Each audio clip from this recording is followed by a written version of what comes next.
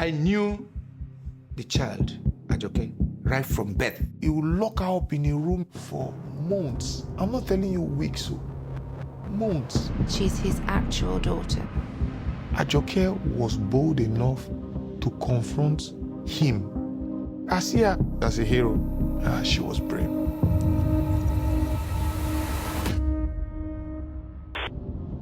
TB Joshua told me every 2,000 years, God sends a savior, that he is the next person in line now. The message about Ajoke was that she had terrible evil spirits that needed to be driven out. I don't think he wanted anyone to know who she was. I stared myself in the mirror lots of times, and maybe I do look like him, maybe. For as long as I can remember, I have been raised as TB Joshua's daughter. My existence as a child from another mother undermined everything he claimed to stand for. He hated her, and he punished her for being born. Her existence was probably the biggest threat to his reputation.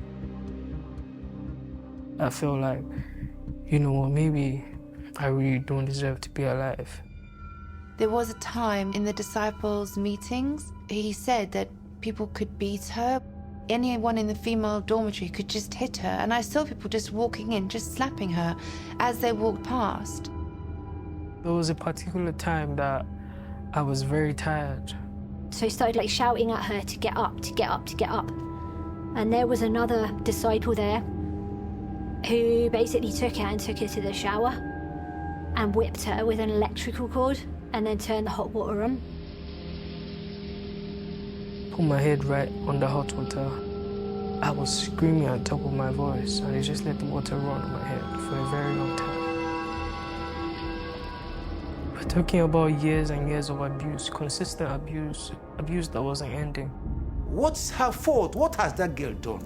It pains me. She was still very young that time. Can you imagine how heartless we were? Things like that, it's scary to talk about. It's really shameful. Like that I witnessed that and I didn't do anything to help her. He took people who were good, caring, kind, lovely people, and he turned them into monsters. He designed a system for deceiving all of us disciples. He would always ask you, when you come, did anybody see you? You'd be like, no, sir.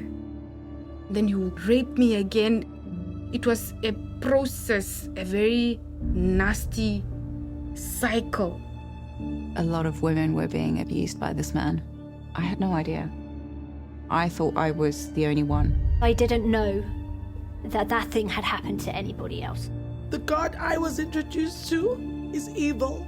He's diabolic because this is the same God that would sleep with us. This is the same God that would beat us up. This is the same God that would manipulate us.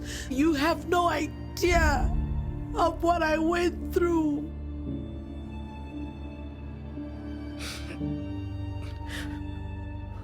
These are children of 16, 17 years. He kept all of us in slavery. Total, absolute slavery. Too many people were saying the same thing. Accounts firsthand of people who had experienced sexual abuse. She got to know who he was. And she could not manage it quietly. She escalated it. I couldn't take it anymore. I walked directly into his office and I went off. I shouted at the top of my voice, "Why are you doing all of this? Why are you hurting all of these women?" I had lost every iota of fear for this man. He tried to, stare me down, but I was looking at his eyes. He was the first person that started hitting her. Then other people joined. Even as much as they were hitting her, beating her, she was still saying the same thing she was saying. She said it plainly to him. The disciples dragged me out of the office. I was put in a room totally isolated from the rest of the church. My dad, he had fear, constant fear. He was very afraid that someone would speak up, could turn around and make him answer to those things that he had done.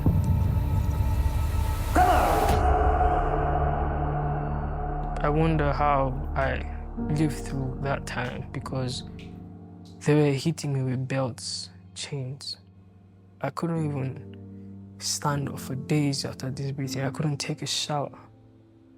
He was trying so hard to stop people from listening to me. This child could see what we couldn't see and wouldn't yield to the lies and was punished for it. What matters to him was his reputation. And he's ready to sacrifice anyone just to keep that name, even his own daughter. Every day, the beatings were not ceasing. Eventually, this disciple escorted me to the front of the church gate and then just left me there. I found myself homeless. The securities of the church, he has given them instruction. This girl should never come close to the gate. He doesn't want to even hear that she existed. I had nobody to reach out to. No one would believe me.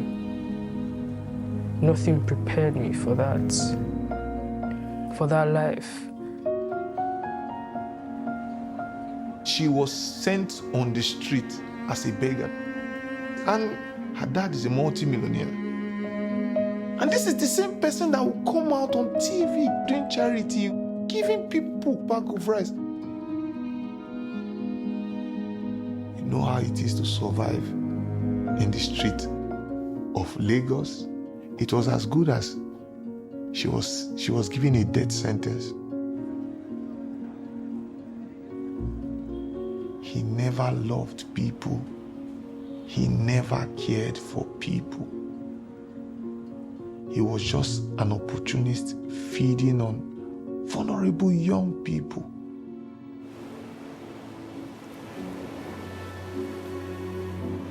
I go through my days where I'm at my lowest point, and honestly, I just want more peace, like tranquility, stability. I lost everything, my home, my family. But for me, it comes down to the truth. And for as long as there is breath in me, I'll defend that until the very end.